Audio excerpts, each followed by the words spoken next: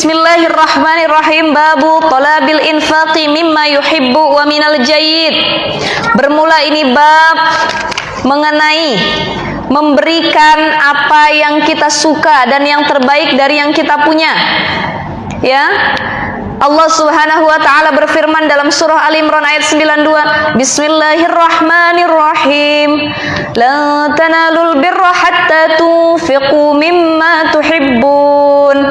Wa fi ayatil akhar, ya ayyuhalladzina amanu anfiqu min thayyibati ma kasabtum wa mimma akhrajna lakum minal ardi wa la tayammamul khabitha minhu tunfiqun. Shadaqallahul azim.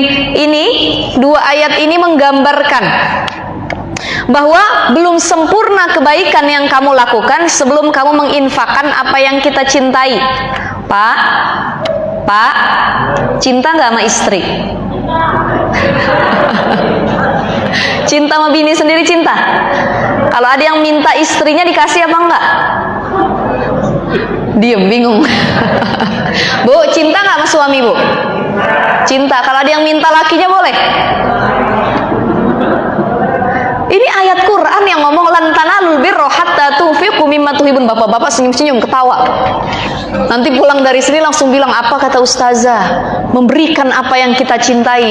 Makanya kalau laki ganteng, ada yang suka kasih katanya. Kenapa? Karena sempurna kebaikannya.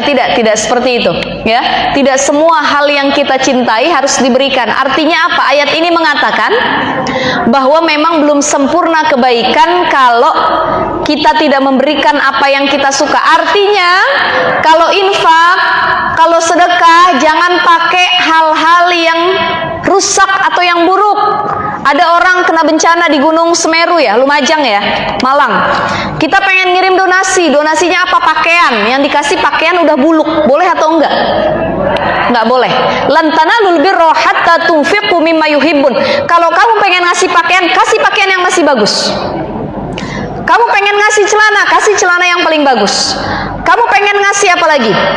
Tas, sepatu, kasih yang paling bagus. Jadi kebanyakan penyakit kita seringkali berinfak kepada barang-barang yang sudah kusam, udah robek-robek, udah kusam, udah cetian, udah hilang warnanya, kita bilang sedekahin aja. Daripada disedekahin, bagus dibuang yang begitu. Ya, ini jadi pelajaran buat kita semua. Kalau sedekah sama orang, hargain hati orang. Ini orang di pengungsian, walaupun dia kena bencana, nggak mau juga dikasih yang belel-belel, Bu. Banyak orang ngasih berkarung-karung, itu pakaian bekas semua, udah nggak layak pakai. Jadi dalam ayat ini, lan tanalul birra hatta tunfiqu mimma tuhibbun. Ya ayyuhalladzina amanu anfiqu, orang yang beriman, hai orang-orang yang beriman, nafkahkanlah sebagian yang baik-baik dari apa yang kau usahakan dan dari apa-apa yang kami keluarkan dari bumi. Jadi ini anjuran untuk kita jangan pelit. As-sakhiyu qaribum minallah, qaribum minan nas, qaribum minal jannah, ba'idum minan nar. Orang yang dermawan itu pertama, dia dekat sama Allah, yang kedua dia dekat sama Rasul, yang ketiga dia dekat sama surga, ba'idun anin nar, dia jauh dari neraka. Nih satu orang dermawan. Wal bakhil, orang yang pelit itu ba'idum minan nas, ba'idum minal jannah, ba'idum minallah, qaribun aninar. Orang yang pelit pertama, dia jauh sama manusia. Yang kedua, jauh sama Allah. Yang ketiga, jauh sama surga. Yang keempat, dia dekat sama neraka. Makanya ada orang yang bilang, jangan pelit-pelit, nanti kuburannya sempit. Betul atau enggak? Hampir betul. Ya.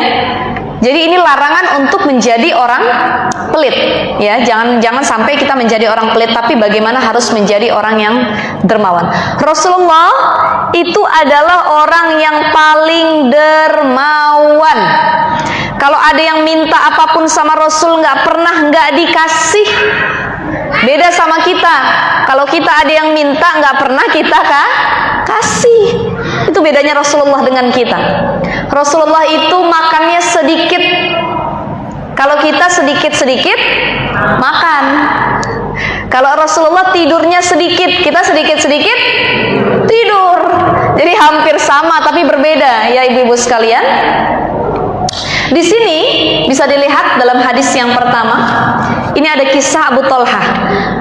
Bismillahirrahmanirrahim. An Anas radhiyallahu an, dari Anas radhiyallahu an qala, ia berkata, kana Abu Talha radhiyallahu an, adalah Abu Talha radhiyallahu an aktsarul ansari bil Madinati malan, seorang dari golongan kaum Ansor yang paling banyak hartanya. Min nakhlin, yang paling banyak kebun kurmanya. Wa kana ahabbu amwalihi ilaihi bayraha, ada satu kebun harta yang paling dia cintai. Apa itu? Namanya kebun kurma Bayroha. Birroha ada yang mengatakan. Wa kanat mustaqbilatal masjid, nih kebun kurmanya ngadep ke Masjid Nabawi.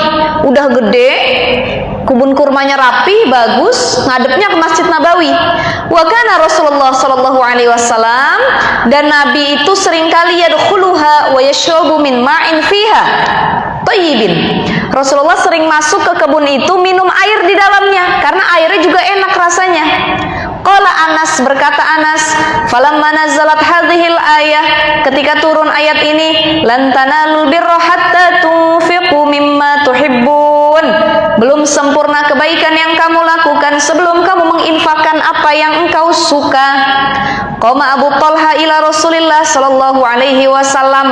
Abu Talha berdiri, beliau menghampiri Rasulullah sallallahu alaihi wasallam. Faqala, dia berkata, ya Rasulullah, wahai Rasulullah, innallaha ta'ala anzala alaika, sungguhnya Allah ta'ala telah menurunkan kepadamu. Bisa dibaca ibu? Ada? Kena? Dapat?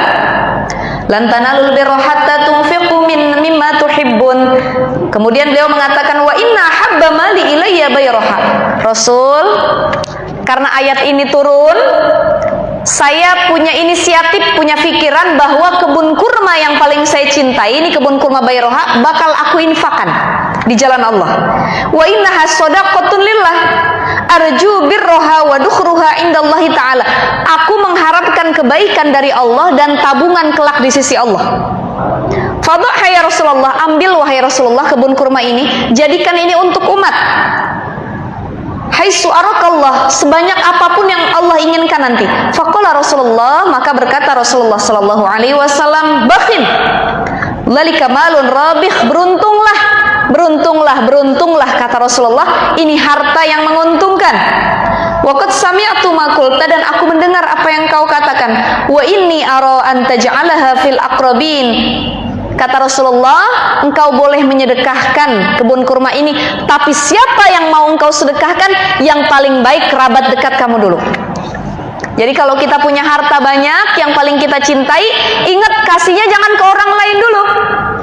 Saudara dekat, itu yang harus dikasih. Ini kata Rasulullah. Faqala Abu Talha, af'al ya Rasulullah. Dia mengatakan, baik Rasulullah, akan saya lakukan. Faqassamaha Abu Talha fi aqaribihi wa bani amihi.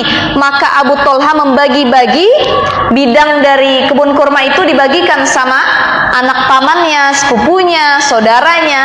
Nah, ini salah satu bentuk memberikan apa yang kita cintai. Bu, ibu, jadi sampai sini kita pahami ya, bahwa memberikan apa yang kita suka ini bernilai pahala di sisi Allah Subhanahu wa ta'ala. Kemarin saya udah ceritain ya, kalau Rasulullah pakai baju Persia, baju besi, dipinta, dikasih nggak sama Rasul? Dikasih. Ibu kalau punya baju lebaran baru ada yang minta, dikasih nggak? Dikasih nggak Pak? Pengennya dikasih ustazah, temen tuh baju masih ngutang katanya. Ya, jadi memberikan apa yang kita suka, insya Allah itu bernilai pahala. Tapi ada adabnya. Jangan gara-gara hadis ini kita kalau ketemu orang kaya kita pinta aja tuh orang kaya. Jangan.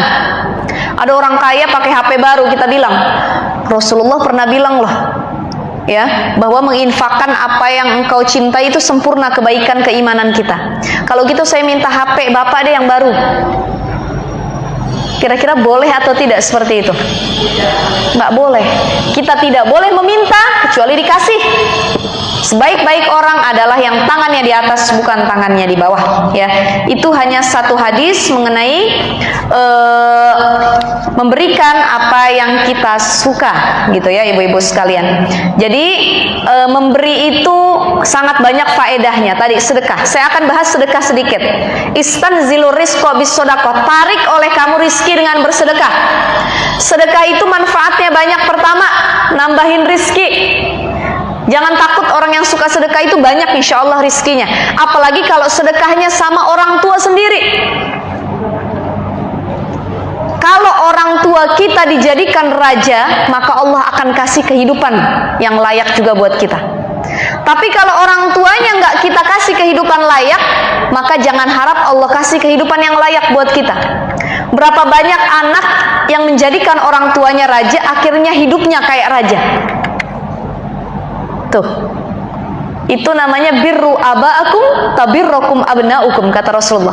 Buat baiklah kamu sama orang tua, nanti kamu kalau punya anak, pasti anak kamu buat baik sama kamu. Makanya kalau lagi susah, lagi banyak masalah, dua hal. Satu, kita infak sama keluarga, anak istri. Yang kedua, infak sama orang tua, sedekah sama orang tua. Ini insya Allah masalahnya dikasih jalan keluar. Wa may yattaqillaha yaj'al lahu makhraja wa yarzuqhu min haitsu la yahtasib. Siapa orang yang bertakwa kepada Allah, Allah buka pintu rizkinya dari arah manapun. Min haitsu la yahtasib. Salah satu pintu rizki itu orang tua. Makanya kalau orang tua masih hidup, jangan pernah berhenti minta doa. Kalau udah masuk kubur nggak bisa lagi minta doa orang tua. Ya, doa sama orang tua nggak tahu dikabulnya kapan, tapi pasti terkabul doa orang tua sama anaknya. Jadi rizki itu bisa didapat dari sedekah. Ya, pertama. Yang kedua, manfaat sedekah itu tolak bala. Berapa banyak orang yang tadinya mau celaka gara-gara sedekah dia ketolong. Itu banyak kisahnya. Ini ada kisah dulu di zaman para sahabat. Ada Abu Hurairah. Abu Hurairah itu salah satu sahabat Rasulullah yang paling banyak meriwayatkan hadis Rasulullah. Nih kita lihat. Dari tadi hadisnya itu an Abi Hurairah. Dari Abi Hurairah. Beliau sepeninggal Rasul, karena banyak ngafal hadis Rasul dan dulunya sering ikut sama Rasul, akhirnya beliau jadi salah satu ulama sepeninggal Rasulullah. Ada seorang kakek tua, bapak-bapak datang sama Abu Hurairah. Ya Abu Hurairah, wahai Abu Hurairah, aku ingin bertanya. Bertanya apa katanya? Tolonglah doakan anakku udah seminggu tidak pulang. Kemana? Dia sedang bekerja. Pekerjaannya itu berlayar di tengah lautan. Sampai sekarang gak ada kabar dan tidak pernah balik. Doakan wahai Abu Hurairah, engkau ini dekat sama Allah, orang soleh. Ini salah satu doa terkabul itu pertama minta doa sama orang-orang soleh. Dan minta doa dari siapapun. Kalau kita punya hajat, kalau kita punya keperluan, minta doa bu dari siapapun. Gak tahu mulut mana yang dikabul sama Allah. Yang kedua, kalau ketemu guru, ketemu ulama, ketemu kiai, ketemu habaib, jangan lupa, jangan cuma cium tangan, tapi minta doa. Ketemu sama habaib, Bib, ya Allah doain saya Bib, mudah-mudahan banyak rizki Bib, anak saya sukses semua, amin. Tuh doa ulama. Jadi jangan cuma cium, kita cium bolak-balik, kita sholawatan, tapi minta doanya. Ya, ini orang soleh, bapak-bapak ini datang sama Abu Hurairah. Kenapa? Abu Hurairah ini orang soleh juga, ulama dia, ulama sepeninggal Rasulullah. Kata Abu Hurairah, ada beberapa hal yang bisa kamu lakukan dan ini sering aku lakukan. Pertama, kalau kita ingin keselamatan bagi keluarga kita dan ini sedang kamu nantikan kehadiran anakmu, pertama yang harus kamu lakukan, lakukanlah seperti apa yang aku sering lakukan, yaitu mengucap istighfar sebanyak 12.000 kali. Ibu, bapak, dalam sehari istighfar berapa kali yang kita baca? 1000 ada? Ada? Ini 12.000 kali kata Abu Hurairah. Astaghfirullahaladzim wa atubu ilaih. Minimal habis sholat 33 kali dikali 5 waktu sholat, itu udah 100 lebih. Ya. Tapi kalau pengen hajatnya terkabul, kalau pengen keluarganya dilindungi dari mara bahaya, kata Abu Hurairah, 12.000 kali dalam satu hari baca istighfar. Diamalkan. Kemudian apalagi wahai Abu Hurairah? Abu Hurairah mengatakan yang kedua, engkau bersedekah. Mohon maaf, sebelum sedekah, sholat malam minimal 12 rakaat. Tahajud. Kita bangun aja susah, gimana mau 12 rakaat ya. Padahal orang yang tahajud itu wa minal laili fatahajjat bihi nafilatan laka asa ayyab'atsaka rabbuka maqaman mahmuda. Orang yang mulia, orang yang derajatnya diangkat Allah, yang dimuliakan sama manusia, itu adalah orang-orang yang rajin tahajud. Jadi kalau kita ngelihat orang alim, orang pinter, orang yang mulia, orang yang kedudukannya tinggi, bisa jadi sholat malamnya nggak ketinggalan. Tuh. Jadi sholat malam itu salah satu keutamaan fadilahnya adalah diangkat derajat kita. Itu cepat kalau dengan sholat malam. Yang ketiga tadi kata Abu Hurairah, sedekah. Ya. As-shadaqah tudfi'ul bala. Sedekah itu menghapuskan bala, bencana. Jadi berapa banyak orang yang harusnya dia kecelakaan, dia mati di tengah jalan, tapi sebelum dia berangkat perjalanan dia sedekah, diselamatin sama Allah. Itu banyak kejadian. Ini kemudian dia berdoa, dia amalkan istighfar, dia sholat malam, dia sedekah. Sedekah dia cuma 1 dinar. 1 dinar itu kalau kita konversikan ke nilai mata uang itu rupiah sekitar cuman dulu ya di zaman Rasul 3.800 perak, tapi dia sedekah tiap hari. Pekerjaan yang paling Allah sukai itu dua muha yang didawamkan. Walaupun sehari cuma sedekah 1.000, tapi tiap hari Allah suka. Daripada sekali sedekah ratusan ribu, tapi setahun sekali. Ada yang begitu? Ada orang datang ke pengajian bawa duit 100.000, minta kembalian 99.500. Berapa sedekah dia, Bu? Gopek, ya Allah. Ya, ada yang begini, ada. Saking sayangnya sama duit, padahal harta yang disedekahin Allah balikin lagi nanti berkali-kali lipat. Ya, ini dia cuma sedekah 3.800. Dia bilang ke Abu Hurairah, aku akan mendawamkan sedekah ini sampai anakku pulang.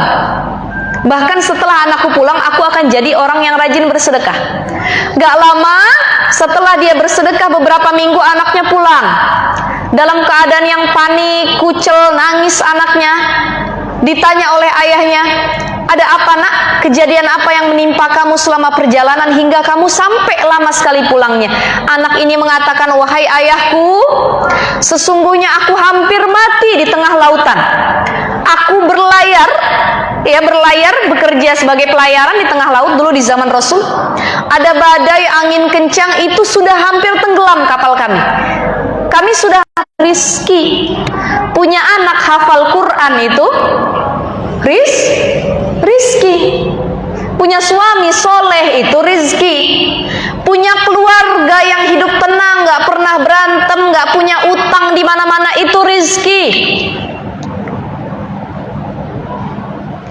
Punya orang tua yang akhlaknya bagus, keluarga saudara yang nggak pernah berantem, itu rizki. Jadi rizki itu bukan hanya materi. Setiap hal yang membuat hati kita senang, yang buat hati kita tenang, itu rizki. Itu namanya rizki. Ya, selama ini kita mendefinisikan rizki itu cuma materi, duit, tidak. Setiap hal yang buat kita senang, tenang, itu rizki. Dulu Khalifah Ali bin Abi Thalib, suami dari Fatimahuz Zahra, ya putri Rasulullah. Itu walaupun mereka ini anaknya Rasulullah, tapi nggak kaya raya, Bu. Jangankan mereka, Rasulullah aja hidupnya nggak kaya raya. Andai kata Rasul pengen jadi orang kaya, kata Allah bilang, engkau pengen apa wahai Muhammad? Aku kasih kehidupan dunia. Tapi Rasulullah nggak mau. Kalau aku cinta dengan dunia, wahai Allah, bagaimana nanti dengan umatku? Tapi kalau Rasul pengen dunia, sebenarnya Allah kasih dunia itu semuanya. Rasul tidur cuman beralaskan pelepah kurma. Tenang nggak hidup Rasul? Tenang. Ada kita yang sudah tidur, pakai tempat tidur nyaman, paling mahal, king, ya. Ada lagi sudah ber-AC, kamarnya nyaman, belum pakai apa disebutnya? Pengharum ruangan, pelega apa lagi? Apa namanya itu? Aromaterapi. Tapi nggak tenang tidurnya. Ada yang begitu, ada. Berarti itu belum rizki, belum ketenangan yang kita dapat. Ya, jadi Rasulullah kalau dikasih dunia mau, tapi beliau tidak mau. Bahkan putri Rasulullah ini pernah ngambek, Bu. Fatimah, wajar namanya perempuan ya, capek ngurus rumah tangga. Ibu-ibu kalau sehari itu nyuci juga, ngurus anak juga, belum suami banyak maunya juga, masak belum tuntas juga. Kira-kira capek nggak kita, Bu? Marah nggak? Marah. Begitu juga dengan Fatimah. Fatimah ketika itu lagi numbuk gandum. Sambil marah-marah dia numbuk gandum, datang Rasulullah. Wahai Fatimah Zahra, wahai anakku, ya bunaya, kenapa? Kenapa kok kamu ngulek gandum sambil ngomel-ngomel? Apa kata Fatimah? Wahai ayahku, tolong bilang sama suamiku, aku nggak berani ngomong. Bilang sama Ali, aku nih capek jadi istri, ngulek gandum, ngurus anak, masak dan lain sebagainya. Tolong bilangin dong sama Ali, tolong carikan aku pembantu yang bisa bantu aku dalam rumah. Rasulullah tertawa melihat anaknya. Apa kata Rasulullah? Wahai istriku, wahai anakku, mohon maaf, Fatimah, baktimu kepada suami itu sedekah dan terhitung pahala di sisi Allah. Engkau akan masuk surga dari pintu manapun yang kau inginkan. Gak usah pakai pembantu. Kalau kamu pakai pembantu, hilang pahala amal kamu untuk suami kamu. Itu kata Rasulullah. Kalau kita digituin, Bu, makin marah, kesel. Ya, apalagi orang tua kita sendiri. Ya, kok mama gak bela aku sih? Papa kok gak bela aku? Aku nih capek. Fatimah tidak begitu. Apa kata Fatimah? Maafkan aku, hai ayahku. Insya Allah aku akan jadi istri yang lebih qanaah, lebih ikhlas dengan apa yang aku hadapi. Padahal kalau pengen pembantu bisa, pengen kaya raya bisa, tapi Fatimah dengan Ali juga memilih untuk sederhana.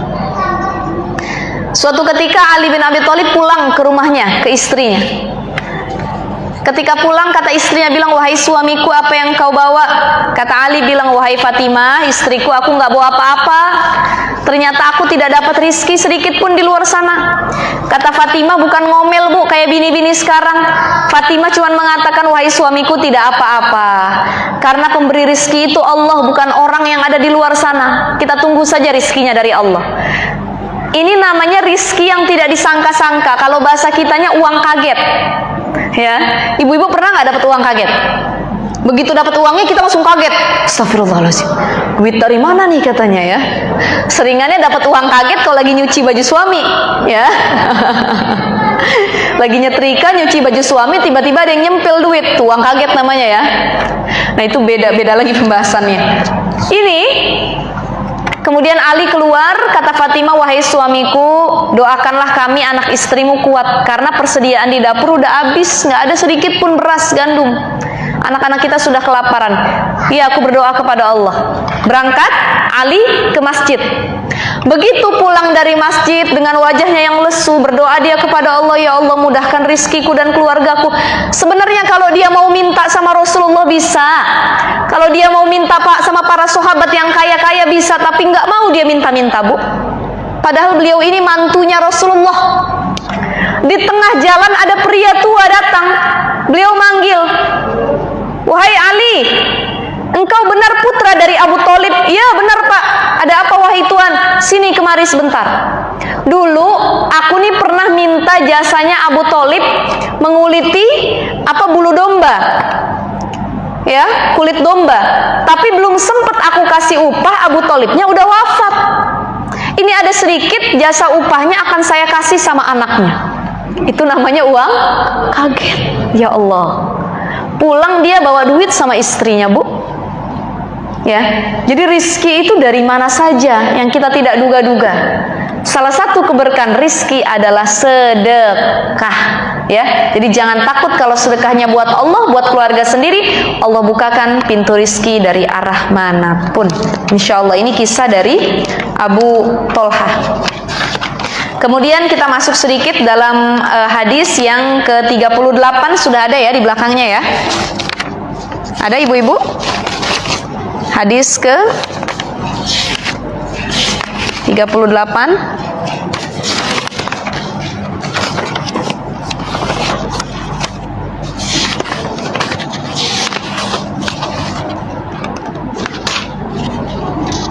Gak ada ya?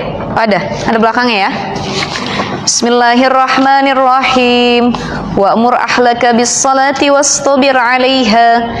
Ya ayyuhalladzina amanu qu anfusakum wa ahlikum nara wa quduhan nas wal hijarah uiddat lil kafirin.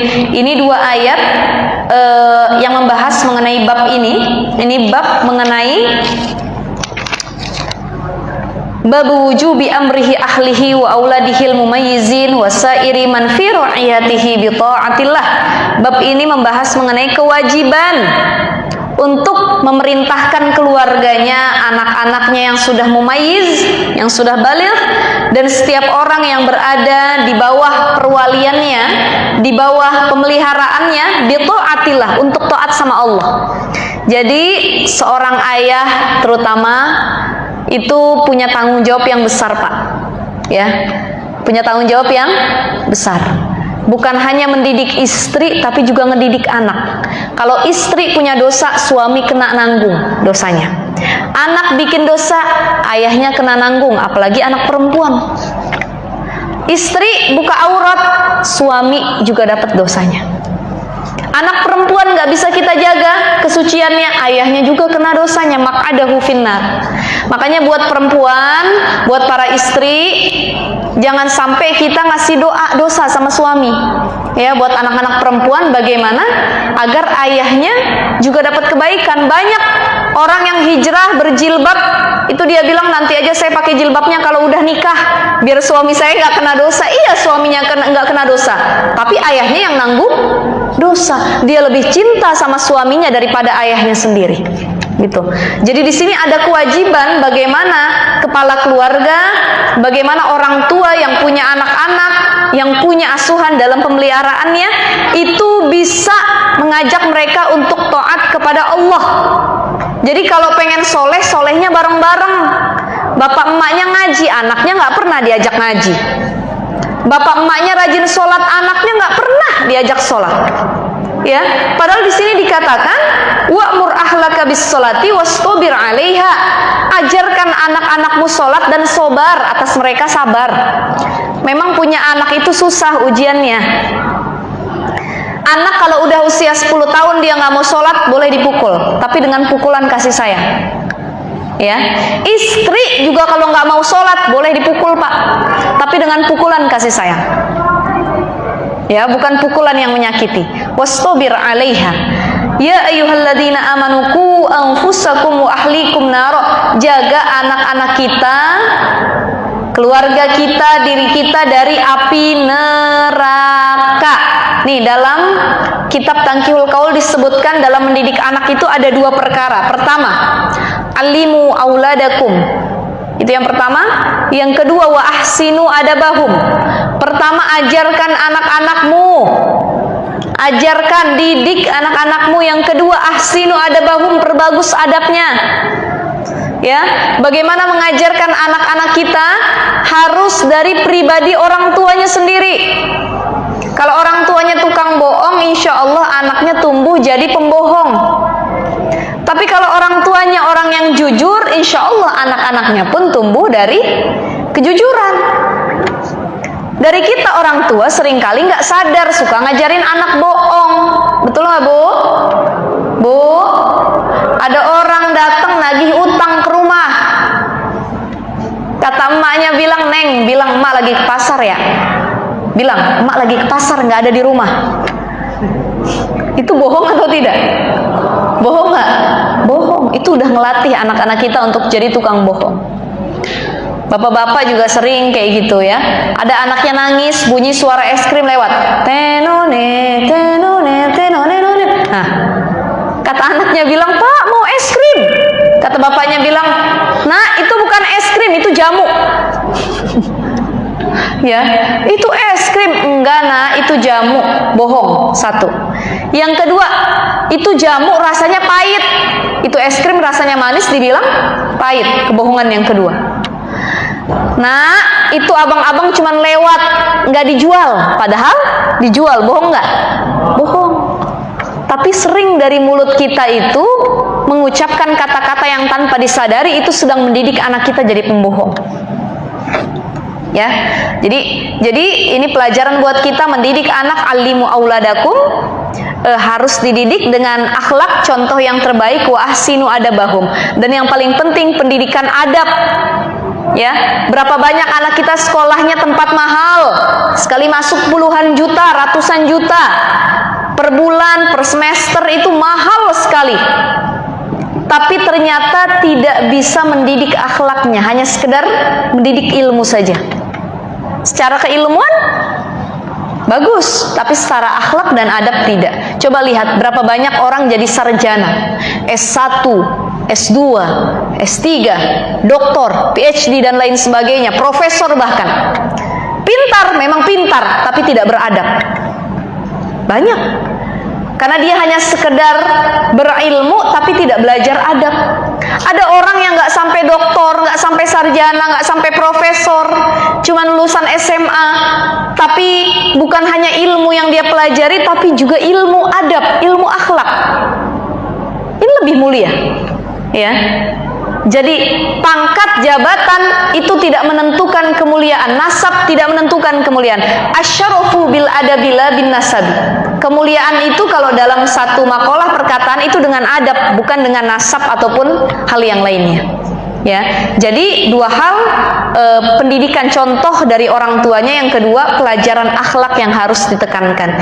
Ini cara mendidik anak-anak kita, ya. Jadi sebagai orang tua kita punya tanggung jawab yang besar terhadap keturunan kita. Akan kita ajak masuk surga sekeluarga atau kita giring untuk masuk neraka sekeluarga, itu insya Allah ada di pilihan kita masing-masing.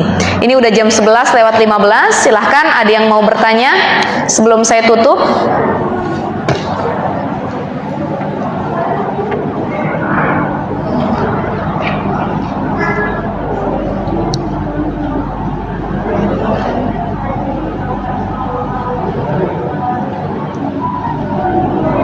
Silahkan ibu-ibu.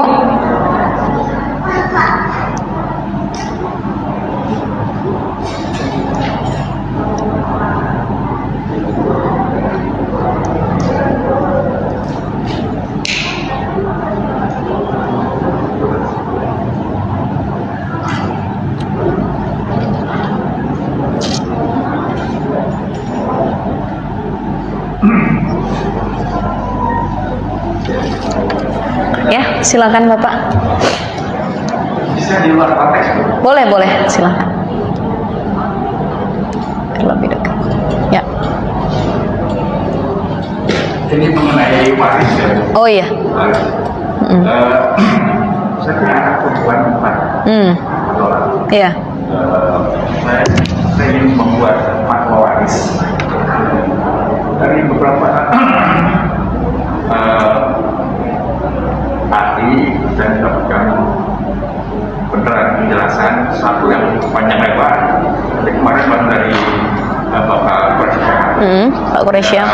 Barangkali semua jadi permudah bahwa bagian daripada anak perempuan adalah 1/2 dan untuk orang tua seperti dia. Kalau ini nggak ada. Tapi yang pertama mengatakan bahwa itu kalau kamu punya saudara laki-laki itu punya bagian. Kalau istri punya saudaranya punya bagian. Bapak anaknya perempuan semua? Alhamdulillah ya, semua saudara laki-laki saya adalah perempuan. Ya. Saudara dari ibunya ada, tapi mereka mengikhlaskan. Oke. Enggak, tidak bagaimana. Anak semua perempuan, nggak ada laki-laki sama sekali, nggak ada. Jadi memang anak laki-laki salah satu keutamaannya dalam waris itu mereka menjadi asobah tunggal. Jadi mereka bisa menghalangi paman dan bibi-bibinya untuk mendapatkan waris. Itu keutamaan anak laki-laki. Tapi kalau ketika kita punya anak perempuan saja, Nah ini ada kemungkinan ada asobah, namanya asobah sisa ya, yang bisa mendapatkan harta waris, yaitu paman dan para bibinya. Tapi dihitung lagi sebenarnya. Paman dari ayah, maksudnya paman dan bibi baik dari ayahnya maupun dari ibunya, gitu. Ya, paman. Jadi bapak punya saudara, adik laki-laki atau kakak laki-laki, itu mereka berhak dapat harta waris, jadi asobah. Tapi kalau dalam konteks ilmu waris itu harus dihitung dulu. Kalau ada sisanya kira-kira baru mereka mendapatkan, gitu. Nah ada banyak perkara kasus di pengadilan karena sebenarnya ini kan mereka asobah sisa yang tidak begitu berhak ya. Jadi mereka itu berhak kalau memang ada sisa dan dari keluarganya meridhoi. Jadi kalau anak perempuan bapak nih empat-empatnya sudah dapat bagian masing-masing. Perempuan itu kan 1/2 ya, laki-laki 2/3. Jadi perempuan itu kalau waris setengahnya dari laki-laki. Nah kalau misalkan perempuannya empat-empatnya, maka di sini perempuan dapat 2/3 dan itu dibagi 4. Iya. Gitu, itu dibagi ke 4 orang anak itu. Nanti dilihat lagi masih ada orang tua tidak? Orang tuanya dapat. Orang tua bapak, ibu bapak, ayah bapak itu dapat. Ya. Kemudian istri masih ada, misalkan istri dapat. Kalau umpamanya lakinya, suaminya yang wafat gitu. Nah, kalau misalkan dari hasil pembagian ini dihitung, misalkan jumlah warisan, mohon maaf contoh 1 miliar. Dari jumlah 1 miliar dihitung ternyata ada sisa berapa ratus juta. Itu namanya sisa itu al-baqi, harta sisa itu baru yang nantinya dikasihkan ke asobah. Asobah itu adalah orang-orang sisa seperti paman, bibi, saudara laki-laki dari si mayit. Gitu. Ya, kalau ada sisa. Tapi kalau ternyata begini, masalah harta waris, ibu-ibu semua, ini masuknya fikih ya, dalam ranah fikih. Banyak orang yang ketika ditinggal seorang mayit yang mewarisi harta, mereka sibuk untuk membagi bagian. Padahal dari harta si waris itu harus kita pisahkan dulu harta untuk biaya pengurusan jenazah dan untuk pembayaran hutang. Jadi kalau umpamanya fulan ini meninggalkan harta 1 M, dia punya utang 500 juta, berarti harta warisan dia kan tinggal 500. Dari 500 juta baru dibagi-bagikan warisannya. Nanti kalau memang tidak ada sisa buat si paman, ya udah. Apalagi kalau si paman atau saudara laki-laki si mayit, mereka sudah ridho, kami nih apa sih, nggak usah lah kami dapatkan bagian itu, buat anak-anaknya saja memang. Nah itu lebih bagus lagi memang, gitu. Yang lebih memprihatinkan, ada orang saudara yang tidak pernah silaturahim, nggak pernah nganggep kita kakak, abang atau keluarga. Begitu kita mati dia datang minta warisan. Banyak yang begitu kan? Banyak. Padahal warisan itu yang paling berhak adalah anak-anak si mayit. Mereka cuma sisa saja. Tapi andai kata anak-anak perempuan bapak, contoh yang 4 ini bilang, kasihan deh paman kita masih ada 1 orang misalkan, kita kasih aja lah sesuai dengan keridhaan kita, sisanya berapa nih dari pembagian kita, kita kasih berapa puluh juta misalkan. Atau kita bilang, om ini kita cuma bisa ngasih sebidang tanah, contoh cuma 100 meter atau 50 meter, ini buat om ya, gitu. Ya nggak apa-apa gitu. Ya, barangkali kita yang ekstrim ya. Iya. Itu sekarang kita ini mau dibikin, dia orang notaris. Menuntut pengadilan. Iya. Udah bikin gampang aja. Pokoknya kamu 2/3 untuk Anak-anaknya. 2/3 untuk orang tua yang memiliki masing-masing pernah. Apakah itu ibu setuju? Misalnya setuju dengan pembagian dia? Sebenarnya kalau karena mempertimbangkan yang tadi katakan ada paman. Oh saya nggak setuju sebenarnya, nggak setuju. Sebenarnya dia ini kan cuman apa ya, tidak yang begitu urgen gitu dalam keluarga. Mereka ini kelompok-kelompok yang tidak urgen untuk mendapat warisan. Jadi kalau sampai bikin mereka notaris, sampai ngadu ke pengadilan agama, itu sebenarnya seperti terlalu mengejar-ngejar harta gitu. Padahal bukan bagian dia sebenarnya, bukan bagian dia yang urgen gitu. Jadi yang harus dia utamakan adalah dia lihat dulu nanti ada sisanya atau enggak. Kalau ada sisanya baru, jangan sampai dia menuntut ke pengadilan. Memang Pak, kita bisa lihat banyak kasus di pengadilan agama. Ini itu kasusnya paman dan bibi yang mereka tuh menuntut hak mereka sebagai asobah. Apalagi kalau anaknya perempuan semua, begitu. Ya, makanya salah satu kelebihan punya anak laki-laki itu paman dan bibi nggak ada yang bisa ngotak-ngatik harta kita memang, gitu. Tapi kalau anak perempuan itu PR-nya di situ, PR-nya di situ. Kalau anak kita semua perempuan, PR-nya adalah banyak yang rebutan dari keluarga kita. Saudara laki-laki dan saudara perempuan kita banyak yang rebutan. Nah, insya Allah enggak lah ya, mudah-mudahan ya. Apalagi tadi diceritakan saudaranya udah ada yang wafat dan lain sebagainya. Ya insya Allah enggak lah. Lebih diutamakan buat anak-anak yang ditinggalkan. Istri dan orang tua itu paling utama, gitu. Itu kita kalau kita wakaf, Ya. itu bisa atas nama orang tua yang almarhum. Boleh seperti itu Bapak. Jadi kalau kita mau mewakafkan suatu tanah, kita bilang saya niatkan wakaf ini untuk orang tua saya. Toh sedekah saja boleh kita mengatasnamakan orang yang sudah wafat. Jadi saya berniat bersedekah untuk keluarga saya yang sudah wafat, ayah saya, ibu saya, biar dapat pahalanya gitu. Kan ada 3. Idza matabnu adama inqata amalihi ya ila min salasin. Ada 3 perkara yang kalau kita udah wafat, ini akan ngalir terus nih, nggak terputus. Sedekah jariyah, ilmu yang bermanfaat, anak soleh yang mendoakan. Jadi kalaupun dia udah wafat, kita mewakafkan tanah pakai nama orang tua kita dan diniatkan ini wakaf orang tua saya, itu dibolehkan dan dapat pahala gitu. Itu lebih bagus lagi insya Allah jadinya ya. Iya sama-sama Bapak. Mudah-mudahan sehat, panjang umur. Amin. Ada lagi pertanyaan? Ya, silahkan Ibu. Ya. Waris. Itu apakah otomatis? Jadi misalnya kita dapatnya lupa, ya, sedekah atau apa ya, tanpa itu untuk niat untuk orang tua, itu otomatis orang dapat. Ya. Logika saya, walaupun kita lupa, orang tua, kita kan ada dipisah dari orang tua kayak gitu ya. Iya. Itu ada otomatis dapat yang kita ngaji. Tetap kita dapat pahalanya, tetap kita dapat pahalanya. Walaupun pas isi perjanjian wakafnya, ini saya niat berwakaf gitu kan. Tapi kan niat itu sekali lagi bukan di lisan, tapi hati kita. Setelah kita perjanjian, kita baru sadar, ya Allah saya lupa niatin buat orang tua. Ya udah saya niatkan wakaf ini untuk orang tua saya, gitu. Itu otomatis dapat pahalanya, gitu ya. Jadi kalau kita mau kirim Fatihah buat orang tua kita yang sudah wafat, itu boleh sekali. Mau kirim sedekah, kebaikan, ngumrohin orang tua kita yang sudah wafat, itu boleh sekali. Jadi kalau kebaikan yang kita lakukan, niatkan buat orang tua kita yang sudah meninggal gitu. Mudah-mudahan jadi amal jariyah, jadi keberkahan, jadi salah satu ya doa kita buat mereka gitu yang kita kirimkan ya. Insyaallah. Jadi 3 perkara tadi, anak soleh, sedekah jariyah, ilmu yang manfaat. Nih makanya kalau jadi orang berilmu selama hidup itu nggak akan rugi.